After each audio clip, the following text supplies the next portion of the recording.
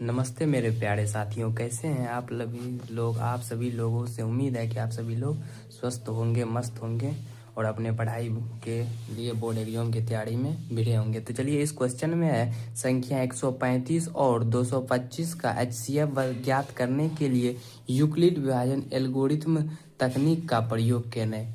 यानी इसका जो है HCF हमें ज्ञात करने के लिए यूक्लिड विभाजन के तकनीक के प्रयोग से हमें ज्ञात करना है। तो चलिए, इसे यूक्लिड विभाजन के तकनीक से हम इसका HCF ज्ञात करते हैं। तो इसका HCF में है, हम पहले लिखेंगे हल, उसके बाद हमें इसमें कौन कौन सी संख्याएं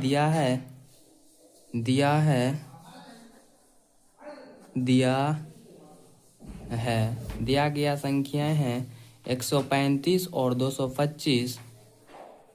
135 225, यानी जिधर जो संख्या बड़ा होगा उधर ये वाले तीर को आप लोगों को घुरा देना है, ताकि एग्जामिनर को पता चल जाए कि ये संख्या इससे बड़ा है और आप लोगों को भी पता चल जाए। यहाँ पे अब इसमें इससे भाग, यानी बड़ा में जो हमेशा छोटा से भाग दिया जाता है, तो बड़ा में छोटा से भाग देंगे तो यहाँ पे हो जाएगा, यानी यह एक प्रकार के यूक्लिड विभाजन एक प्रकार का भागा ही है। जैसे भाज्य बराबर भाजक गुना भागफल जो शेषफल होता है, उसी तरीका से A बराबर BQ प्लस R होता है। तो यहाँ पे अगर लिखना चाहे, अब इसको जो है यहाँ पे भाग दे करके हमें पता करना है, इस सूत्र पर बैठाना है। तो यहाँ पे सूत्र पर बैठाने के लिए हम यहाँ पे ले लेंगे 225 में जो है हमें 135 से भाग देना है, तो ये एक बार में हो जाएगा 135। उसके बाद यहाँ 0, उसके बाद 12 में से 3 जाएगा 9, उसके बाद यहाँ कट्टी, यानी इसका हो गया, इसका भागफल 1 आ गया और शेषफल 90 आ गया, और इसका भाजक 135 था। तो इसको आप सूत्र पर बैठाना है यूक्लिड विभाजन प्रमेय से। तो यहाँ पे लिखेंगे यूक्लिड विभाजन प्रमेय से, यूक्लिड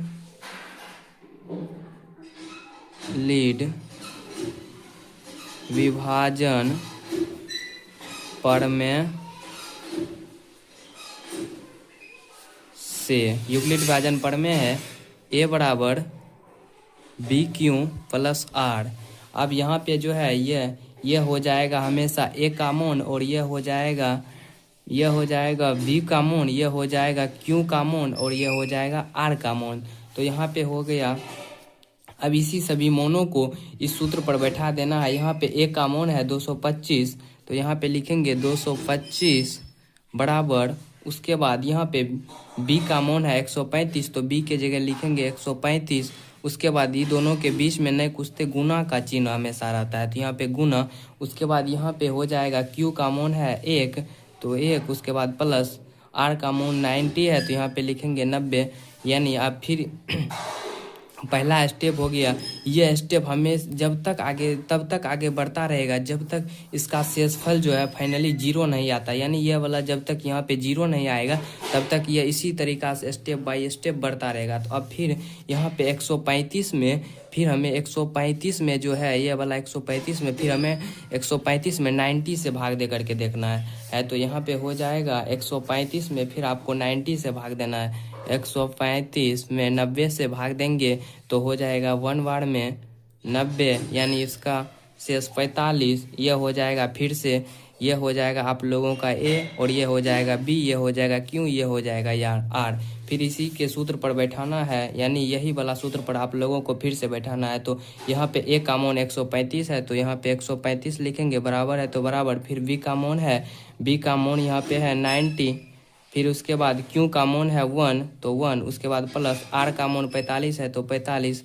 इसी तरीका से फिर इसका अगला स्टेप हो जाएगा। फिर हमें 90 में, यानी शेषफल जो बचता है उसमें हमेशा भागफल से, यानी शेषफल जो बचता है ना उसमें हमेशा भाजक से फिर से भाग दिया जाता है। तो यहाँ पे इसका शेषफल 45 है और यहाँ पे इसका भाजक 90 है, और तो इसी तरीका से फिर अब 45 में 90 से भाग देंगे, तो यहाँ पे हो जाएगा 90 45, यानी 2 बार में 90। 45 से कहीं 45 दूना 90, यानी ये हो जाएगा A का मान, ये हो जाएगा B का मान, ये हो जाएगा Q का मान, ये हो जाएगा यहाँ पे शेषफल अभी 0 बचा, तो यहाँ हो जाएगा ये आर का मान। फिर इसी तरीका से आप लोगों को इस सूत्र पर बैठाना है। तो यहाँ पे हो जाएगा 90 बराबर 45 गुना 2 प्लस 0, यानी फाइनली इसका शेषफल जो है 0 आ गया। अब जिस स्टेप में यानी ये वाला क्रिया में इसका शेषफल 0 आया, तो इस स्टेप में हमें देखना है कि इसका जो था भाजक क्या था। तो यहाँ पे भाजक यानी बी का मान क्या था, या यहाँ पे बी का मान यहाँ पे 45 है। तो इसका फाइनली आंसर अगर आप लिखना चाहें तो लिख सकते हैं, चूँकि इन दोनों संख्याओं का HCF 45 है, चूँकि इन दोनों संख्याओं का HCF बराबर 45 है। इसी प्रकार से आप लोगों को इस क्वेश्चन को भी सॉल्व करना है। तो चलिए, इस क्वेश्चन में है यूक्लिड विभाजन एल्गोरिथ्म के प्रयोग से 870 तथा 225 का मोसो ज्ञात करें। यानी 870 और 225 का मोसो ज्ञात करना है। तो चलिए, इसी तरीका से आप लोगों का ये क्वेश्चन भी सॉल्व होगा। तो इस क्वेश्चन में है, फिर यहाँ पे लिखेंगे हल। उसके बाद इस क्वेश्चन में हमें दिया गया है 870 और 225।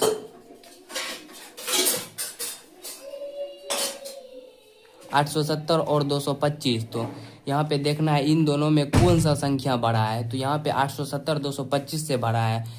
तो यहाँ पे लिखेंगे फिर दिया है, यानी हमें कौन कौन सी संख्या दिया है। तो यहाँ पे 870 बड़ा हो जाएगा 225 से, यानी 870 225 से बड़ा हो जाएगा। तो फिर इसका अगला स्टेप यह हो जाएगा, अब इसको प्रमेय के सूत्र पर बैठाना, यूक्लिड विभाजन एल्गोरिथ्म के सूत्र पर बैठाना है। तो यहाँ पे लिखेंगे यूक्लिड विभाजन एल्गोरिथ्म से यूक्लिड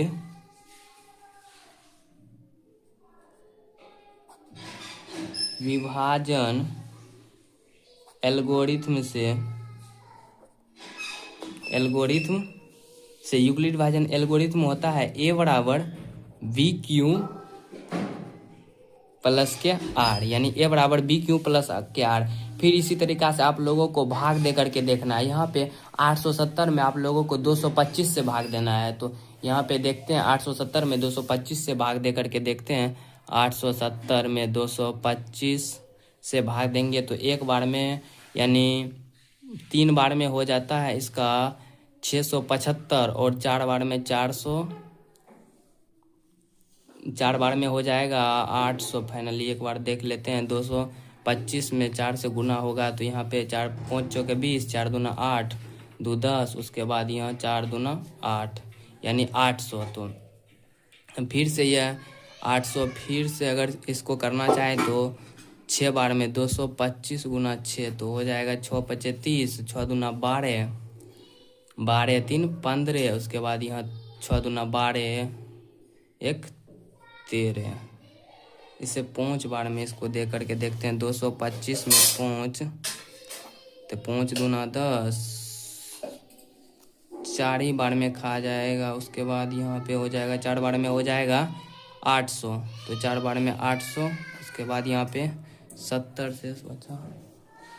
शेष बचा। तो उसके बाद फिर से इसमें अगला स्टेप, इसको इसी सूत्र पर बैठाना है। तो यहाँ पे फिर से हो जाएगा ए का मान 870 हो जाएगा, और बी का मान 225 हो जाएगा, और क्यू का मान 4 हो जाएगा, और आर का मान जो है 70 हो जाएगा। इसी सूत्र पर बैठाना है। तो यहाँ पे लिखेंगे ए का मान जो है 870 बराबर, फिर से बी का मान है 225 गुना 4 प्लस 70 शेष बचा। फिर इसका जब तक इसका शेषफल जो है ये जब तक 0 नहीं आएगा तब तक ये स्टेप आगे बढ़ता रहेगा। फिर इसमें 225 में जो है 70 से भाग दे करके देखना है। तो यहाँ पे देख लेते हैं, 225 में 70 से भाग देंगे तो कितने बार में खा जाएगा, 7 या 21, यानी 3 बार में 210।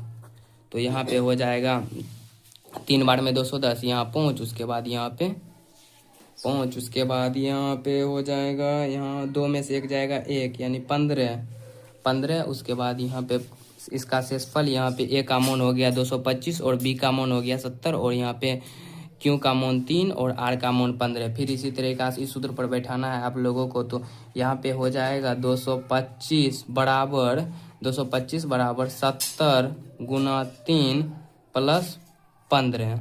अब फिर से आप लोगों को 70 में 15 से भाग दे करके देखना है। तो फिर से आप लोग 70 में 15 से भाग दीजिए तो 15 पचे 75, यानी 15 चौके 60, 15 चौके 60, यहाँ 0 उसके बाद 1 यानी 10। यहाँ पे इसका जो है शेषफल हो गया 10, आर का मान 10 हो गया और क्यू का मान 4 हो गया और ए का मान 70 हो गया और वी का मान 15 हो गया। फिर इसी सूत्र पर आप लोगों को बैठा देना है। तो यहाँ पे हो जाएगा 70 बराबर 15 गुना 4 प्लस 10। फिर इसका अगला स्टेप, फिर 15 में आप सभी लोग 10 से भाग दे करके देखिए। फिर 15 में 10 से भाग दे करके देखेंगे। 15 में 10 से भाग देंगे तो एक बार में हो जाएगा यहाँ पे 10, उसके बाद 5, यानी फिर इसका अगला स्टेप ये हो जाएगा 15 बराबर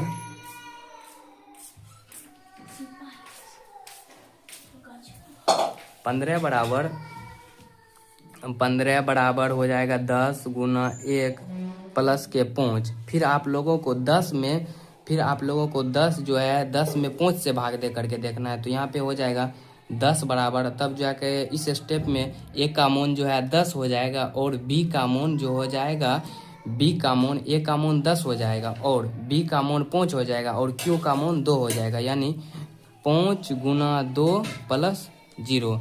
यानी इस स्टेप में इसका जो है शेषफल फाइनली 0 आ गया। तो आप लोगों को यह देख लेना है किस स्टेप में इसका शेषफल 0 आया है। तो इस स्टेप में इसका शेषफल जो है 0 आया है। तो यहाँ पे देखना है कि इस स्टेप में बी का मान क्या रहा है। बी का मान यहाँ पहुँच रहा है, तो इसी के लिए इसका आंसर चूंकि HCF बराबर इसका आंसर पहुँच आ जाएगा। इसी प्रकार से आप लोग भी इसी तरीका से आप लोग इस क्वेश्चन को सॉल्व कीजिएगा। फिर है अगला क्वेश्चन, आप लोगों को अभाज्य गुणनखंड विधि द्वारा 96 तथा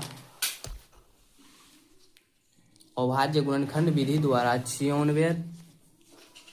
96 तथा 404 का मौसो ज्ञात करें। यानी अभाज्य गुणनखंड विधि द्वारा बोला गया ज्ञात करने के लिए। तो अभाज्य गुणनखंड विधि वह होता है जो लघुत्तम लेकर के इसे तोड़ कर हम देखते हैं। जैसे 96 का अभाज्य गुणनखंड विधि बोला गया, तो आपके लिए एक रफ पेज में कर देते हैं इधर। जैसे 96 का अभाज्य गुणनखंड करना है तो पहले 96 को इस लघुत्तम के माध्यम से आप लोगों को तोड़ देना है। 96 में पूरी तरीका से अगर हम 96 में खिलाना चाहें तो ये 2 बार में हो जाता है 48, उसके बाद ये 2 बार में 24, फिर ये 2 बार में 12, फिर ये 2 बार में 6, फिर ये 2 बार में 3। यानी 96 का अभाज्य गुणनखंड जो है 2 गुना 2 गुना 2 गुना 2 2 गुना 2 और उसके बाद गुना 3 आया है। तो इसी तरीका से आप लोग यहाँ पे लिख दीजिएगा हल। उसके बाद 96 के बराबर, यानी अगर इस सभी को जैसे 2 गुना 2 गुना 2 गुना 2 गुना 2, यानी 2 1 2 3 4 5, 1 2 3 4 5 और गुना 3, यानी अगर आप लोग इस सभी को गुना करते हैं तो बराबर 96 आ जाता है। इसी तरीका से आप लोगों को 404 को तोड़ लेना है। तो 404 को हम लघुत्तम के विधि से ही तोड़ेंगे। तो हो जाएगा 404 2 बार में हो जाएगा 2, उसके बाद 0, उसके बाद 2, फिर 2 बार में 1 0 1, फिर यह अब नहीं टूटेगा। तो इसी तरीका से आप लोग यहाँ पे इसे 404 को लिखना चाहें तो इस तरीका से लिख सकते 2 गुना 2 गुना 1 0 1।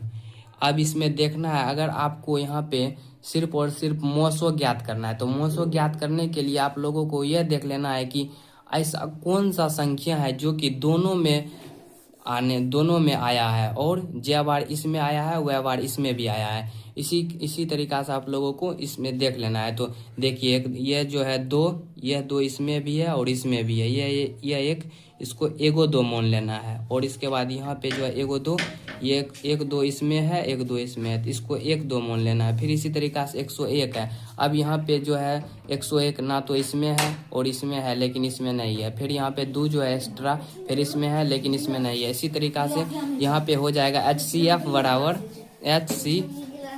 बराबर हो जाएगा यहाँ पे 2 गुना 2, यानी फाइनली इसका HCF क्या हो जाएगा, 4 हो जाएगा। अगर आप सभी को लॉसो ज्ञात करने बोला जाता है तो इसी क्वेश्चन में तो आप लोग क्या कीजिएगा, जिसमें देखिएगा कि ऐसा कौन सा संख्या है जो कि इसमें बहुत बार सबसे ज़्यादा बार आया है। यानी जैसे लॉसो ज्ञात करने के लिए बोला गया होता तो इसमें आप सभी को जैसे कि 2 इसमें बहुत बार आया है तो सभी 2 को आप लोगों को लिख लेना था और उसके बाद फिर जो संख्या नहीं भी आया है उस संख्या को भी लिख लेना था। तो इसी तरीका से आप लोगों को लॉसो ज्ञात करने के लिए अगर बोला जाता तो वो इस तरीका से आप लोग सॉल्व कीजिएगा। फिर है अभाज्य गुणनखंड विधि द्वारा इतना एवं इतना का मोसो ज्ञात करें। फिर इसका जो है अभाज्य गुणनखंड विधि द्वारा ही बोला गया है। अगर आप लोग हमारे पिछले वाले वीडियो नहीं देखे हैं तो उस वीडियो को देख लीजिएगा, क्योंकि उस वीडियो में हम आप लोगों को ये सभी क्वेश्चन पूरी अच्छी तरीका से विस्तार पूर्वक आप लोगों को बताने का प्रयास किया है। फिर इसका है इस क्वेश्चन को सॉल्व करते हैं 7,11 एवं 19 का मोसो ज्ञात कीजिए। आपको हमारे इसी चैनल पर बने रहना है ताकि आप लोगों को और भी पढ़ाई से रिलेटेड और सभी भी मटेरियल मिलते रहे। तो चलिए इस क्वेश्चन को सॉल्व करते हैं। यहाँ पे लिखेंगे हल। इसका अभाज्य गुणनखंड विधि अगर हम करना चाहें तो इसका अभाज्य गुणनखंड तो 19 का अभाज्य गुणनखंड यही हो जाएगा 1 गुना 19, यानी 19 किसी भी पहाड़ा में नहीं है, सिर्फ 1 में है और 19 में है। फिर यहाँ पे हो जाएगा 11, फिर 11 को अगर अभाज्य गुणनखंड विधि करना होगा तो आप लोग इसी 1 गुना 11 ही इसे लिख सकते हैं। फिर है आप लोगों के 7, तो फिर इसे 7 को अगर लिखना चाहें तो आप लोग इस तरीका से लिख सकते हैं 1 गुना 7, यानी इसका फाइनली जो है HCF। और यहाँ पे बोला गया था आप लोगों का मोसो ही ज्ञात करने के लिए, यानी HCF ज्ञात करने के लिए। तो HCF ज्ञात करने के लिए आप लोगों को अभी जो है अगला क्वेश्चन में आप लोगों को बताए थे हम, यानी ऐसा संख्या आप लोगों को इसमें ढूंढना है इस गुणनखंड में जो कि सभी में आया हो। जैसे 1 जो है इन तीनों में आया है, लेकिन यहाँ पे सपोज कीजिए 19 जो है इसमें है लेकिन इसमें नहीं है। फिर इसी तरीका से ये इसको तब नहीं लेना है। और इसमें अगर मानना चाहे तो आपके कन्फ्यूजन को दूर करना हो तो फिर आप लोग सोचिएगा 11, तो 11 देखिए इसमें है लेकिन ये दोनों में नहीं है, तो इसी तरीका से इसीलिए इन दोनों 11 को नहीं लेना है। यानी ऐसा संख्या सिंपल HCF में आपको ज्ञात करना है जो कि तीनों में यानी सभी गुणनखंड में आया हो। जैसे यहाँ पे 1 अभी इन तीनों में आया है तो इसका HCF जो हो जाएगा 1 हो जाएगा। इसी तरीका से आप लोग को भी इस क्वेश्चन को सॉल्व करना है। तो फिर अगला क्वेश्चन है 5वां क्वेश्चन, अभाज्य गुणनखंड विधि द्वारा इतना का मोसो और लॉसो ज्ञात करें। तो इसी तरीका से यानी पिछले वाले क्वेश्चन के आधार पर भी यह क्वेश्चन है आप लोगों के लिए। तो यह क्वेश्चन को हल, उसके बाद इसका अभाज्य गुणनखंड विधि यानी 6 का अभाज्य गुणनखंड विधि क्या हो जाएगा। अगर 6 को आप लघुत्तम लेकर के तोड़ना चाहते हैं तो यह लिख सकते हैं 1 गुना 2 गुना 3। और फिर 8 को अगर तोड़ना चाहे तो ये लिख सकते हैं 1 गुना 2 गुना 2 गुना 2। फिर इसी तरीका से आप लोग 22 को तोड़ना चाहते हैं तो ये लिख सकते हैं 1 गुना 2 गुना 11। अगर आप सभी लोग इसको गुना करते हैं तो बराबर में 6 आ जाता है। और इसी तरीका से आप लोग इसको गुना करके लिखते हैं तो बराबर में 8 आ जाता है। फिर इसको गुना करके लिखते हैं तो यहाँ पे 22 आ जाता है, यानी बराबर, यानी LHS और RHS हमेशा बराबर रहता है इसका। तो इसी तरीका से हम लोग यहाँ पे इसका HCF ज्ञात करना है। तो HCF यानी इसमें बोला गया है लॉसो और मोसो दोनों ज्ञात करने के लिए। तो चलिए एक क्वेश्चन बहुत शानदार क्वेश्चन है। इस क्वेश्चन को मोसो ज्ञात करने के लिए यहाँ पे ऐसा संख्या ढूंढना है जो कि सभी में कॉमन हो। जैसे यानी ऐसा संख्या आप लोगों को इसमें ढूंढना है जो कि सभी में कॉमन हो। देखिए यहाँ पे जो है 1, यह 1 इसमें भी है, इसमें भी है, इसमें भी है। फिर यहाँ पे जो है 1 ठो 2 इसमें भी है, इसमें भी है, इसमें भी है। फिर इसी तरीका से यहाँ पे आप लोगों को एगो 2 चूज करना लेना, यानी ऐसा संख्या ढूंढना है जो कि तीनों में हो, यानी जितना को गुणनखंड दिया गया हुआ सभी में हो, उसमें से एगो आपको उठाना है। तो यहाँ पे देखिए इसमें जो है 2 इसमें भी है, इसमें भी है, इसमें भी है, यानी 2 जो है तीनों में भी है। तो इसमें से एगो 2 उठा लेंगे और एगो 1 उठा लेंगे। तो यहाँ पे हो जाएगा मोसो ज्ञात करने के लिए, यानी पहले आप लोगों को यह देख लेना ऐसा कौन सी संख्या है जो कि दोनों सभी में हो।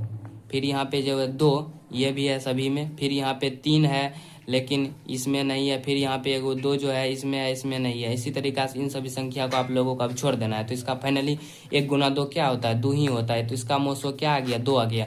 फिर अब इसका लॉसो ज्ञात करना हो तो आप इस तरीक़ा से ज्ञात कर सकते हैं। आप लोग जो है बोर्ड एग्जाम में कॉपी बचाने के लिए इस फॉर्मेट को नहीं फॉलो कीजिएगा, क्योंकि वहाँ पे जो है ना बहुत सारे पेज ऐसे खाली रहते हैं। आप लोग उसी पेज में सॉल्व कीजिएगा। मेरे अभी जो हमको यहाँ पे पेज में थोड़ा दिक्कत हो रही है, इसीलिए हम इधर कर देते हैं इसका सॉल्व। तो इसका मोसो ज्ञात करना है इन सभी गुणनखंड को। तो मोसो तो ज्ञात कर दिए, लॉसो ज्ञात करना है। तो लॉसो ज्ञात करने के लिए आप सभी को इसमें देख लेना ऐसा कौन सा ऐसा संख्या जो कि यानी कि इसमें सिंपल समझिए तो आप लॉसो ज्ञात करने के लिए आपको सभी संख्या को ध्यान में रख कर चलना होगा, यानी सभी संख्या को लेना होगा। जैसे यहाँ पे देखिए सबसे ज़्यादा 2 इसमें भी है, इसमें भी है, इसमें, यानी सबसे ज़्यादा 2 8 में है। तो अगर आप इसे 2 गुना 2 लिख लेते हैं, 2 गुना 2 गुना 2, अब इसका भी 2 इसमें शामिल हो गया और इसका भी 2 इसमें शामिल हो गया। तो इसी तरीक़ा से अब यहाँ पे 3 को शामिल करना है आपको। तो यहाँ पे देखिए 3 जो है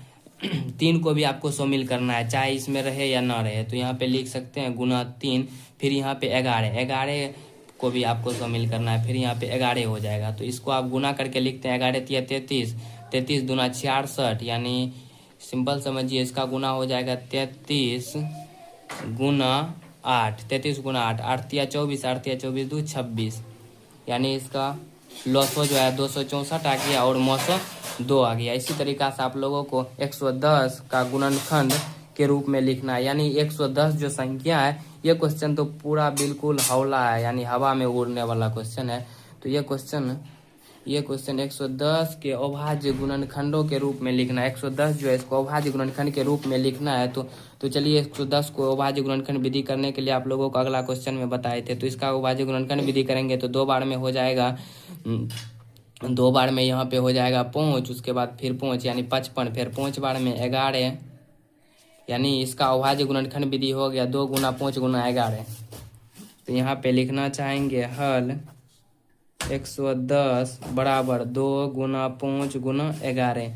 इसी को कहते हैं अभाज्य गुणनखंड विधि, यानी तोड़ना है। इस 110 जो है इसको तोड़ के तोड़ मरोड़ करके इसे लिखना है। इसी तरीक़ा से हम लोग आपको यहाँ पे लिख दिए हैं 2 गुना 5 गुना 11। अगर इसे गुना करेंगे तो 110 के बराबर हो जाएगा। इसी तरीक़ा से आप लोगों को यहाँ पे पूरे 110 का अभाज्य गुणनखंड की विधि किया गया था, तो बोला गया था तो कर दिए। अब इसका है 2 संख्याओं का मोसो, यानी देखिए 2 संख्या है, उसका जो है मोसो 13 है और लॉसो 182 है। यदि उसमें से एक संख्या 26 हो तो दूसरी संख्या ज्ञात करें। तो चलिए इसका सिंपल एक सूत्र होता है, यानी पहली संख्या गुना दूसरी संख्या बराबर लॉसो गुना मोसो। तो चलिए इस सूत्र को आप लोगों को बता देते हैं, यह सूत्र कौन सा है। तो यह सूत्र है आप लोगों के लिए, पहले देखिए इस क्वेश्चन में दिया गया 2 संख्याओं का मोसो। यहाँ तो आपको पता नहीं है कि ऐसा कौन संख्या है जिसका मोसो 13 हो सकता है। तो सिंपल आप मैथ में मान सकते हैं, मोना पहला संख्या ए, हल दे करके आप यहाँ पे लिख लीजिएगा, माना पहला संख्या बराबर 1 ए तथा दूसरा संख्या बराबर बी, यानी पहला संख्या ए मान ली। यहाँ पे 2 संख्या बोला गया था तो पहला संख्या ए मान लिए और दूसरा संख्या बी मान लिए। अब इसका बोला गया मोसो, और मोसो जो है 13 और लॉसो 182 है। यदि उसमें से एक संख्या 26 हो तो दूसरी संख्या ज्ञात करें। तो चलिए इसका एक सूत्र होता है, ये सूत्र को आप लोगों को जी पर रटा होना चाहिए। जैसे सूत्र होता है ए गुना बी बराबर, यानी पहली संख्या गुना दूसरी संख्या बराबर लॉसो गुना मोसो, लॉसो गुना मोसो। अब इसी सूत्र पर आप लोगों को बैठा देना। यहाँ पे बोला गया 2 संख्याओं का मोसो, यानी जो है इन दोनों संख्याओं का मोसो क्या है 13 है, तो यहाँ पे 13 लिख देंगे। और इसका लॉसो 182 है तो 182 लिख देंगे। यानी जो दिया गया है उसी को आप लोगों को यहाँ पे बैठा देना। उसके बाद बराबर, यहाँ पे बोला गया एक संख्या, यानी पहला संख्या 26 है तो पहला संख्या है, ए को मोने थे तो ए के स्थान पर 26 रख देंगे। उसके बाद गुना बी है, यानी आपको पूछा बी दूसरी संख्या को मोने थे तो यहाँ पे दूसरी संख्या का मौन ज्ञात करना है। तो आप लोगों को जिसका मौन ज्ञात करने बोला गया था तो उसको वैसा ही छोड़ दीजिएगा। अब इसको यहाँ पे आप लोग बोर्ड मस्त पढ़े होंगे, यानी गुना का चिन्ह है तो यहाँ पे आप लोगों को पहले अब यहाँ गुना कर लेना है। तो 13 गुना 182 करते हैं। तो चलिए 13 गुना 182 कर लेते हैं।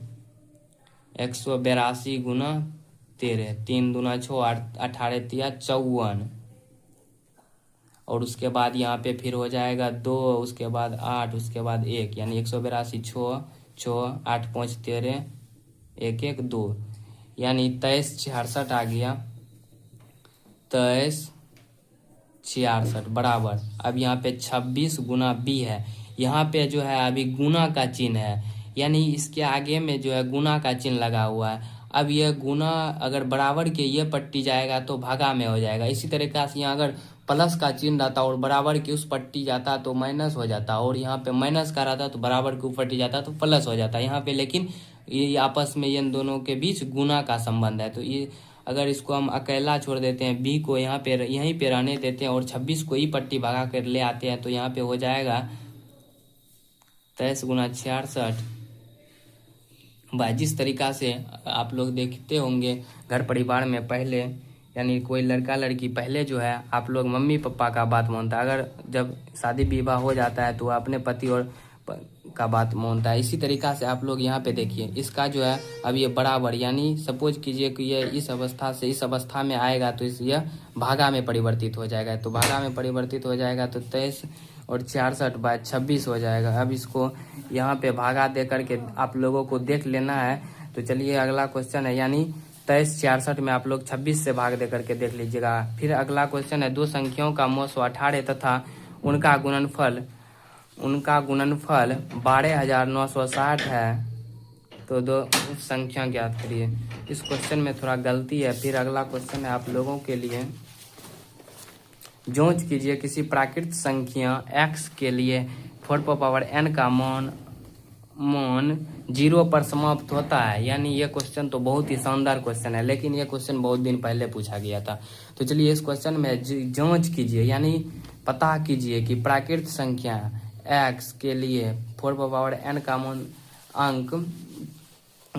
मान 0 पर समाप्त होता है। तो इस क्वेश्चन को अगर आप लोग यहाँ पे लिखना चाहें तो इस तरीका से लिख सकते हैं। देखिए, कोई भी संख्या का मान 0 पर तभी समाप्त होता है जब उसका अभाज्य गुणनखंड, जिस तरीका से आप लोगों को पिछले क्वेश्चन में बताए तो अभाज्य गुणनखंड विधि करने के लिए। तो यहाँ पे देखिए, अगर हम 4 का अभाज्य गुणनखंड विधि करना चाहें तो यहाँ पे इसको हो जाएगा 2 गुना 2, यानी 4 का अभाज्य गुणनखंड विधि हो जाएगा 2 पर पावर 2। इसी यही हो जाएगा 4 का अभाज्य गुणनखंड विधि। और आप लोगों को पता होगा 0 पर तभी वह संख्या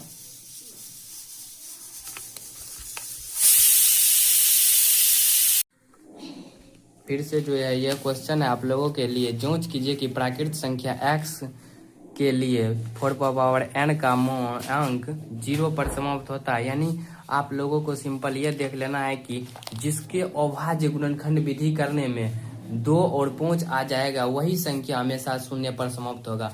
अगर आप इस क्वेश्चन को, ये क्वेश्चन बिल्कुल भाषा बनाने वाला क्वेश्चन है, अगर आप क्वेश्चन को ये लिखना चाहें तो लिख सकते हैं, कोई भी संख्या तभी 0 पर समाप्त होगा, कोई भी संख्या तभी 0 पर समाप्त होगा जब उसका अभाज्य गुणनखंड विधि करने पर 2,5 आए 0 पर तभी समाप्त होगा जब उसका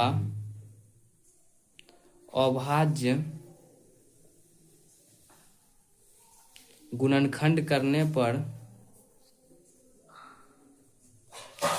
2,5 आए,